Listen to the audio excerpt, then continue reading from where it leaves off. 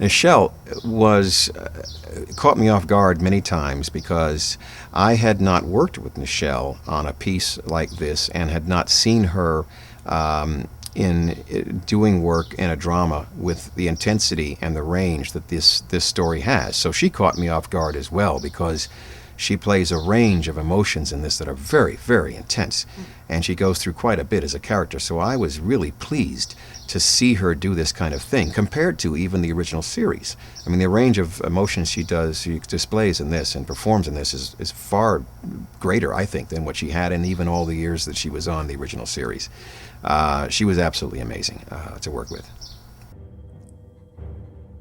And you think it's easier for me? The same thing happened on Vulcan to my family, my entire family. Yet I know we need him.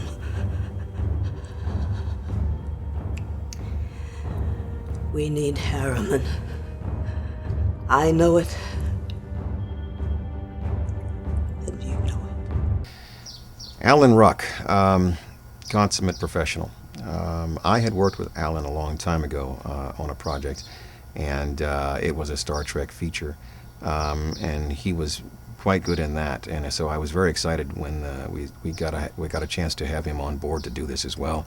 Alan Ruck is very unpredictable within the moments that he plays in his dialogue. You don't know exactly when he's going to blow up, as it were. He plays a very competent villain in this piece, and is quite good, and is and sometimes very funny as well.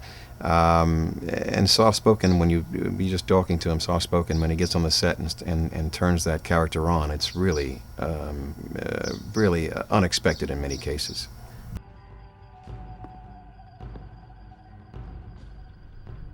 The prisoners have taken over auxiliary engineering control. One is believed dead. Well, what are you standing there for? Get in there and regain control of my ship. It won't be that easy. They've erected a force field around the control room and isolated several key systems. Get them out! I don't care if you have to blast through the bulkheads. Am I clear? We were very lucky on this shoot to have some very strong supporting cast members. Crystal Allen, J.G. Ertzler, Garrett Wong, one of my former castmates on Voyager, Gary Graham. They really kicked in and contributed to this project. All having to play or being able to play, in many cases, two different characters, multiple types of characters, and in roles that they were not originally seen in the Trek world. And that was one of the things we thought would be a lot of fun, is to have some of these cast folks from the different series play parts that they hadn't played before. Chase Masterson, for example, plays one of the dancers, the Orion slave girls, and she's never done that before, as far as I know. So it was kind of cool to have her there. Crystal Allen plays a crew member on the ship of the villain, as it were.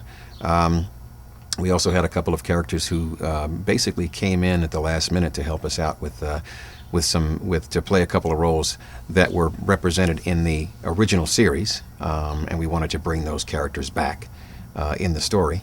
So we really had a wonderful supporting cast. Ethan Phillips from my show as well is also in it, just for the opening sequence, and plays a funny little character in a space station. So we were very lucky to have these guys on board to do this, to help us out, and they're very, very good supporting cast members. The shooting was very difficult. Admittedly, we didn't have a large budget to work with like we would have if we were a major studio. Obviously, it's an independent project. So we had to, cut corners and do a lot of things, and do without a lot of things. We were shooting on location, which is in upstate New York, halfway, all the way to the other side of the country, and we had to fly people in there to do it. So we didn't have all these goodies that we normally have at our disposal here in the city, in L.A., for shooting that we might have normally had. So it was a little tricky to get it all done. It was very hot. It was the middle of summer. We did not have air conditioning, so We had to shoot mostly in the evenings, and even then it was still warm. And we did not have a large crew. We had a very, very small crew, if any crew at all, on occasion. So people had to wear multiple hats in order to get things accomplished and work twice as hard. So for the majority of the shoot, roughly 8 days, we had to keep things. We had to shoot on a very, very tight schedule. And we had to keep things moving along as quickly as they could. And I did my best to try to drive things along to get it done, because we only had a finite amount of time to do it. Once we moved back to LA to shoot the final 3 days, however, that was much nicer, and it was a much more professional setup, because we were here in town, and I had access to people and equipment and locations and things that we could utilize, and we set things up the way that they would normally be run. So for part of the shoot, it was very, very difficult, and for the other part, it was not so difficult. So, but overall, everybody really, a lot of people pitched in, and especially in certain key areas. Where we didn't have someone there to do that who was supposed to, and they took care of it. So we were very lucky to have those people help us out. Some of the cast people that we had and crew members were extraordinary in what they accomplished and what they actually, in some cases, volunteered to do. The man who did our pyrotechnics, his name is Howard, and he drove 8 hours to the location to New York to get there, and did all of our on-set pyrotechnics virtually as a volunteer, and he was amazing. Pyro hot. Action. Shields and warp driver down. Shake. Bang.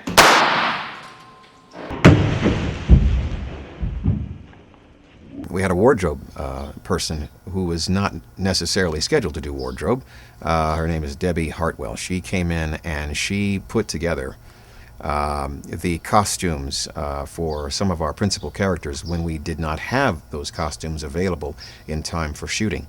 And she put them together using all kinds of odds and ends and pieces of this and that, and material that was available there as part of the location, the studio location we were shooting in, and made some very, very nice looking pieces, not only there in Port Henry, New York, but also here in Los Angeles for the last 3 days of shooting.